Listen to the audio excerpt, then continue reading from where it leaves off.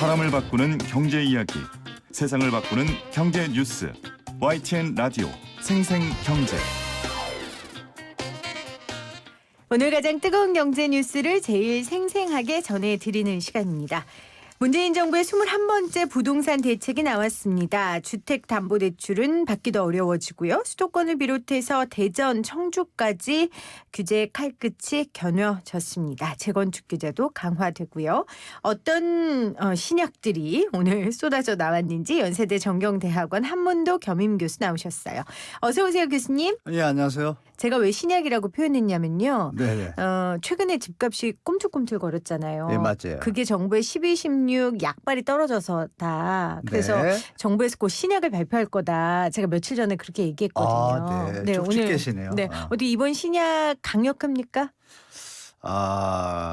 제가 볼 때는 이게 얼핏 하도 우리가 21번째다 보니까 또 그만하지 않을까 그러는데 이번에는 좀 핵심적인 내용이 생각지 못한 것들이 깊이 박혀 있습니다. 그렇습니다. 내용은 부드럽죠. 부드러운데 그 주택시장 안정화 관리 방안 부드러운데 깊이 들어가 보면 주택 투기 수요를 근절할 수 있는 그 내용들이 아주 잘 포진돼 있어요. 투기 수요 뭐 조정 대상 지역뿐이 아니고 정비 사업 꿈틀거리는 거 묵동이 이번에 꿈틀거렸잖아요. 네.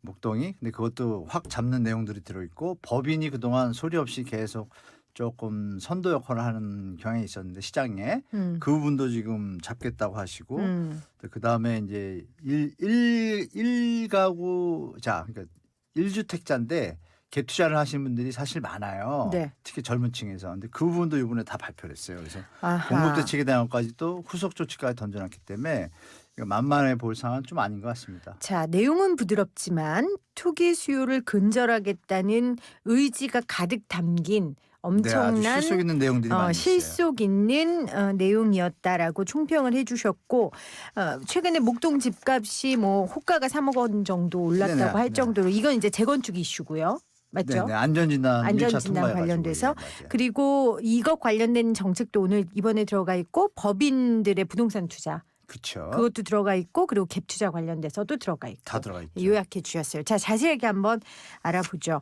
가장 두드러지는 게 역시 수도권 내 비규제 지역 대부분을 조정 대상 지역으로 지정한 겁니다. 구체적으로 어떤 지역들이 포함되어 있습니까? 뭐 어떤 지역이 포함 예전에는 이제 핀셋이라 그래서 우리가 지역을 일일이 거명해야 되는데 이번엔 좀 상황이 좀 다릅니다. 왜 다르냐면 아예 그냥 거의 대부분을 묶어놨어요. 서울 전 지역. 그 전에 이제 서울 전 지역은 모두 해당되고 이 경기하고 지방이 이제 핀셋으로 몇 개가 돼 있었는데 이번에 그걸 다 잡아버렸어요. 경기는 전 지역입니다. 딱 일부 지역을 제외하고 거꾸로요. 포지티브, 네거티브의 역전 현상이 벌어졌어요. 그래서 다 해당된다고 보시면 돼요. 그래서 이게 강력한 게 조정 대상 지역이 되면은 분양권 양도세 중과가 가세가 돼요. 50%예요 무조건. 그 와중에 또 지방소득세까지 하면은 한 55%까지 내요. 근데 2주택자가 만약에 분양권에 투자를 했다 했을 때는 또 10% 또 추가. 그럼 뭐 거의 뭐 65% 거기다 또 3주택자면 20% 추가해요. 그러면 얼마요?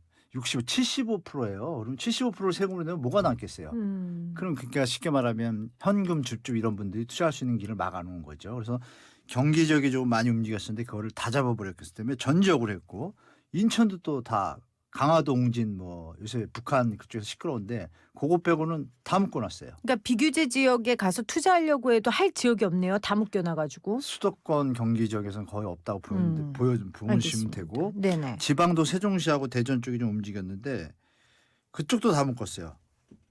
근데 다행히 대전은 뛰는 곳만 오장하고 오송읍만 지정을 했는데 이것도 조금만 움직이면 또 지정을 하겠죠. 아니 근데 그래서 이제 투자하시는 분들이 조심하셔야 될 것 같아요. 아니 이럴 거면은 다 오르고 난 다음에 네, 이럴 맞습니다. 거면은 진작 범위를 넓혀놨으면 풍선 효과 같은 거 없었잖아요. 제가 주택 국토부 장관이 아니고 홍남기 제 기재부 장관이 아니라서 죄송한데 정부는 그걸 바랬던 것 같아요. 시장의 자정작용을 일으켜서 좀 안정적으로 가고 경제활동에 매진하고 싶었는데 알아서 말을 잘 들어주길 바랬는데 말을 안 들어서 회초리를 들었군요. 좋은 말로 투자하시는 분들 나쁜 말로 투기 쪽으로 이제 표현할 수 있는데 그분들의 어떤 액션이 또 다시 나타나기 시작하고 또 코로나 경제 상황이 좀 그렇죠. 막중한데 부동산 문제까지 좀 시끄러우면 피곤하다고 생각했는지 정부가 회의를 해가지고 바로바로 뭐 지금 예고한 대로 준비했던 것들을 바로 발표한 것 같습니다. 좀 네. 아쉽긴 하죠. 미리 했으면 이럴 일이 없었고 국민들도 좀 덜 머리가 아팠을 텐데 그죠?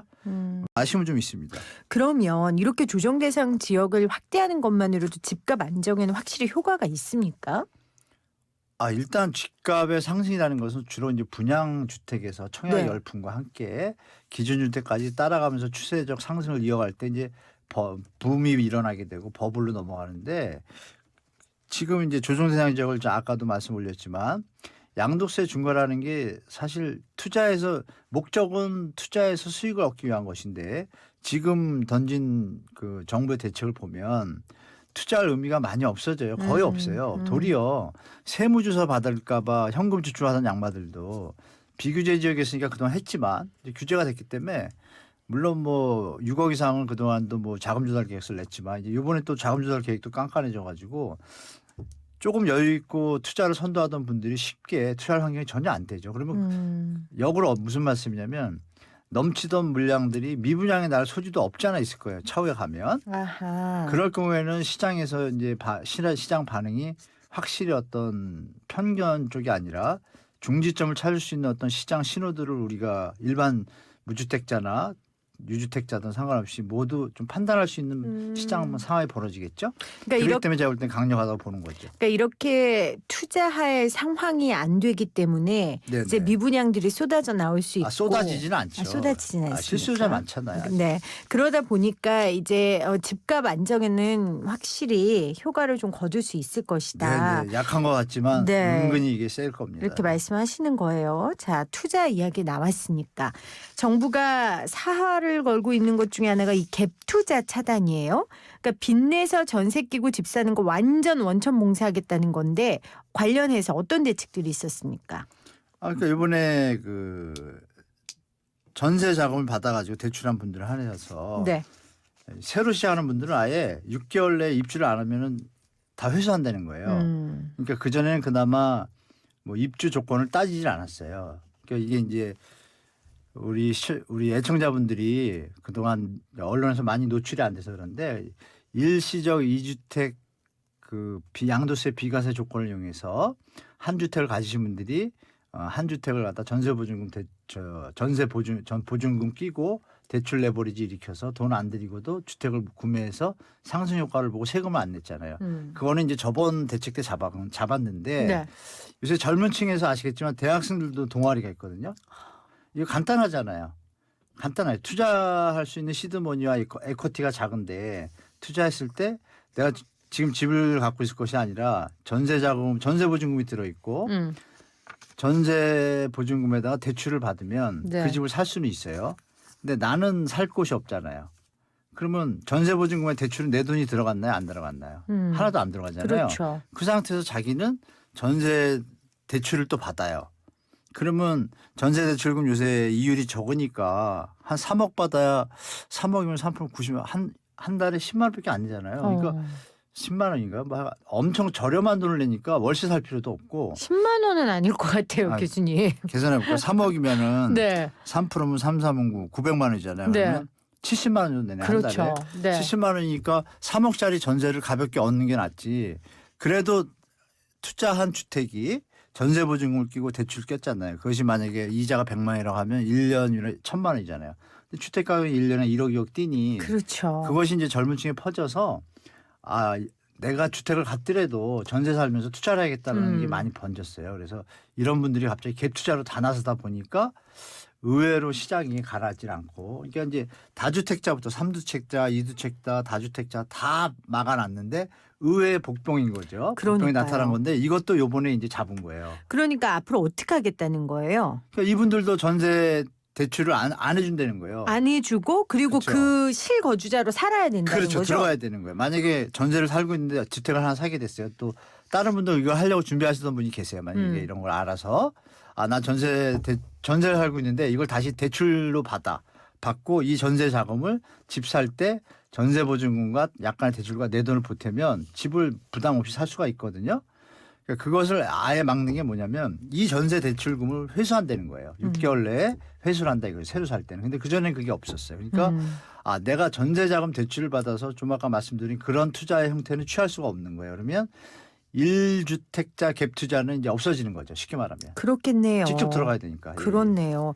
가수요가 없어지는 거죠. 그러니까 종전에는 시세 9억 원 이상 주택 보유자에 대해서만 전세대출 보증이 제한됐지만 맞아요. 앞으로는 투기과열지구에서 3억 원 초과 아파트를 구입하는 경우에 거의 기준이 다죠, 강화되고 뭐. 거의 다죠. 3억 100%, 원이면. 서울은 다죠. 100%죠. 그럼요. 그리고 그 우리 보금자리론 이게 보통 이제 네네. 서민 대출 상품인데 이건 역시 거주 의무가 기본이죠. 부과됐고요. 그것도 활용하는 또 똑똑한 분들이 많이 계셔가지고 네. 그 정부에서 이런 것들은 이제 알고는 있었지만 그냥 뭐 필요악이라고 하나 해야 되나요? 그런 수준에 보다 이게 심하니까 이분이 이제 완전히 잡겠다는 의사를 강력하게 좀 던진 것 같습니다. 네. 자, 또 하나 재건축 규제 강화입니다. 네. 앞서 우리가 목동 이야기를 했지만 안전검사만 통과했을 뿐인데 호가가 3억 원이 넘는 그런 네, 일이 이제 맞습니다. 일어났고 재건축 관련해서 앞으로 어떻게 바뀝니까? 그러니까 안전진단에 대해서 일단 강력하게 던진 게 뭐냐면 안전진단 과정이 그렇습니다. 재건축하기 전에 이제 안전진단을 먼저 받아요. 1차 안전진단을 받는데 이제 내용들이 이제 구조, 노후도, 안정성, 뭐 골조 형태 이런 걸 다 체크하거든요. 그래서 네. 표가 나옵니다. 안정성 평가 표가. 그 점수가 나오잖아요. 그 점수가 이제 우리가 말하는 점수 기준에서 통과가 되면 오래됐다. 재건축을 해야 된다. 통과된 거죠. 재건축 요건이 되는데 그 표를 가지고 제대로 검사를 했는지 그게 이제 1차 안전 검사. 이번에 목동 통과한 게 이제 1차입니다. 그러니까 그러면 2차도 당연히 되겠지가 그동안의 관리였습니다. 근데 왜냐하면 아닐 수 있구나. 좀 아까 말씀드린 그 표를 위원들이 앉아서 2차 안전진단 검사 적정성 검사를 해요. 네. 심의를. 그러니까 점수표가 잘 됐는지 이게 잘못된 거 아닌지 뭐 짜고 쳤는지 이런 거를 하는데 이미 검사표가 통과로 나와 있어요. 나와 있는데 그거를 강하게 부정하기가 좀 쉽지 않잖아요. 그렇죠. 그래서 이제 이번에는 2차 안전 진단을 강하게 하기 위해서 과별로 그러니까 안전도별로 노후도별로 분야별로 모아가지고 서로 이제 브라인드 약간 취하니까 이 적정성에 문제가 있으면은 바로 브레이크를 걸 수가 있는 게 생겼고 중요한 것은 이것을 시군구청에서 하던 것인데 이걸 시도로 이관을 시키는 거예요. 그러니까 공익적인 요소가 더 많아지죠.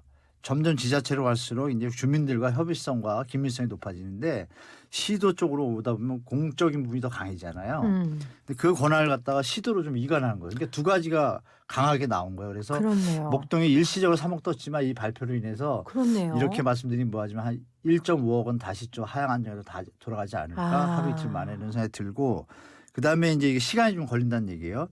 거기다 추가로 하나를 더 넣었어요. 거주 요건 강화. 그게 뭐냐면 예전에는 조합원으로 그걸 많이 투자를 했어요. 그럼 나중에 조합원 추첨할 때 받는데 이걸 넣은 거예요. 조합원 자격 요건을 대해서 거기서 거주를 해야 되는 거예요. 2년을. 그러니까 예전에는 다른 아파트 살면서 투자 목적으로 가능하죠. 재건축할 것 같은 아파트를 투자해서? 사놨는데 이제는 네. 안 된다는 거잖아요. 2년 살아야 투자는 된다는 되는데 거죠. 가서 2년을 살지 않으면 네. 이 투자자분들이 제일 싫어하는 현금 청산 대상이 돼요. 근데 표현은 이번에 발표하면서 말은 이쁘게 했어요. 그렇게 할 경우에는 적정한 데서 보상해서 처리해 줄 것이다. 지금 그리고 안 준다는 조합원 거예요. 자격은 주지 않겠다. 조합원은 조합원인데 네. 주택 분양권은 안 주는 거예요. 아. 현금 청산이란 말을 돌려서 적정한 보상은 이루어지게 하겠다라고 애둘러서 표현한 거예요. 결론은 뭐냐? 투자하지 말라는 얘기입니다. 그 조합원의 의미가 없는 거잖아요. 현금 청산해서 보내겠다는 네, 거는. 줍줍도 안 되는 거죠. 그러니까요. 예, 자기가 가서 살아야 되는 거죠. 2년을. 그래서 다만 이제 기자분들이 꼬치꼬치 물으시니까 이런 표현을 했어요. 2년을 쭉 살아야 되냐? 그러니까 그건 아니다. 총 합산 기간 동안 2년을 살면 된다. 네네. 그래서 약간의 또 여유는 좀 줬습니다. 그렇군요. 그래서 하나 이 두 가지가 재건축 단지들에 대해서 일단 또 약간 브레이크 요소가 충분히 됩니다. 그러면 지금 네. 재건축 기대하고 있는 아파트들 되게 많았잖아요. 물론 네, 이번 네. 정권 들어서 쉽진 않을 거라고 우리가 예상은 했지만 맞아요. 근데 앞으로 어떻게 돼요, 그럼? 아쉬운 면도 하나 있어요. 뭐가 있냐면 그럼 팔 수가 없잖아요. 또 조합원들 중에 혹시 어려워서 코로나 때문에 어려운 거 네. 많은데 예를 들어서 어느 상인분이 힘들어요 지금. 이걸 팔아야겠어. 사는 사람이 없어지면 어떻게 돼요? 이런 것까지 세세하게 나왔다면 더 좋았을 텐데 그것까지 하기엔 좀 벅찼겠죠. 이제 앵커님 말씀대로 충격 분명히 있습니다. 그렇군요. 알겠습니다. 자, 또 하나 서울 송파 그리고 강남구 일대가 토지거래 허가 구역으로 지정된다. 근데 이 토지거래 허가 구역이 도대체 뭐고 이렇게 함으로써 투기 과열을 막을 수 있다는데 이게 무슨 상관관계인지도 궁금해요.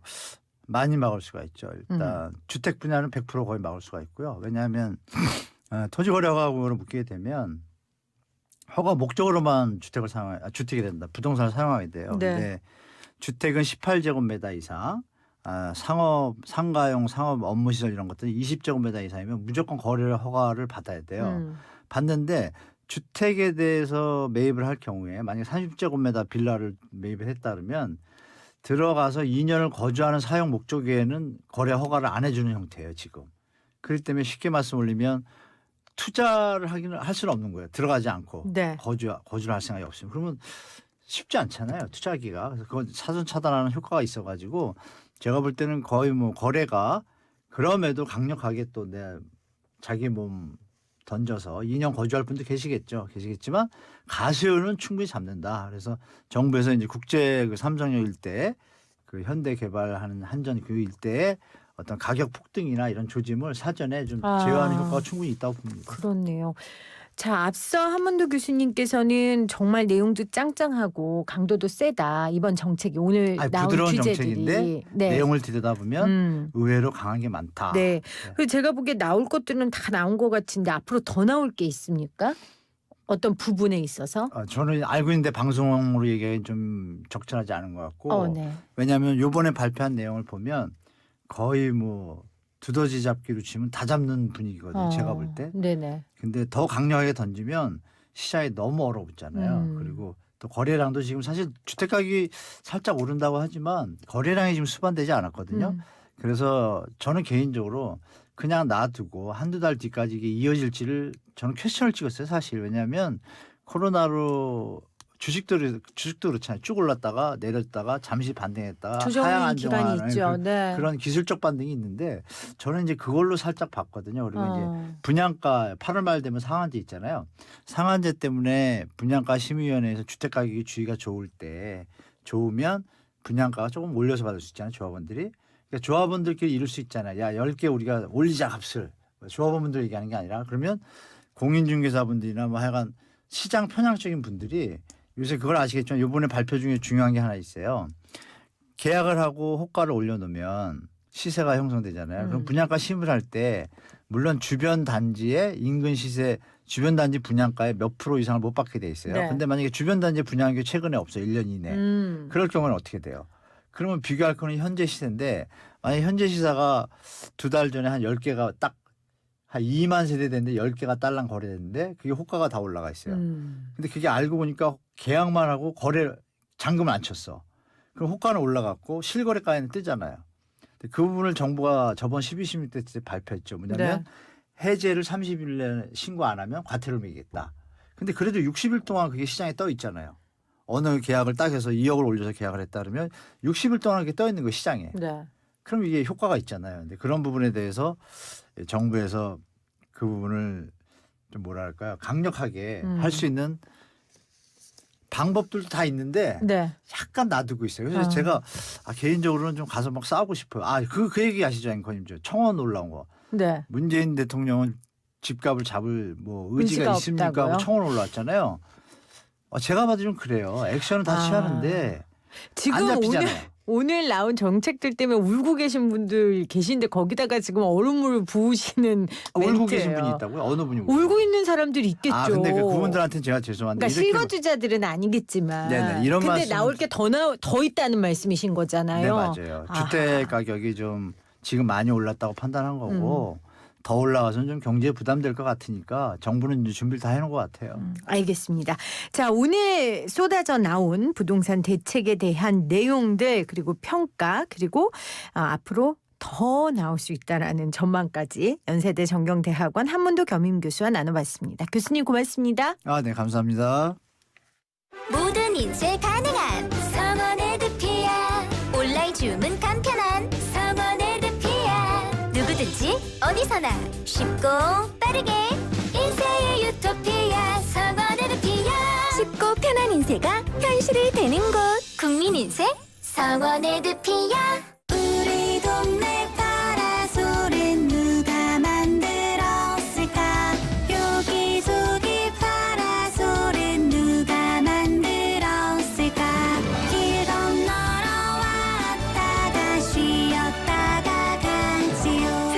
건강한 그늘 메탈크래프트. 안녕하세요. KRX 금시장 홍보대사 진성규입니다.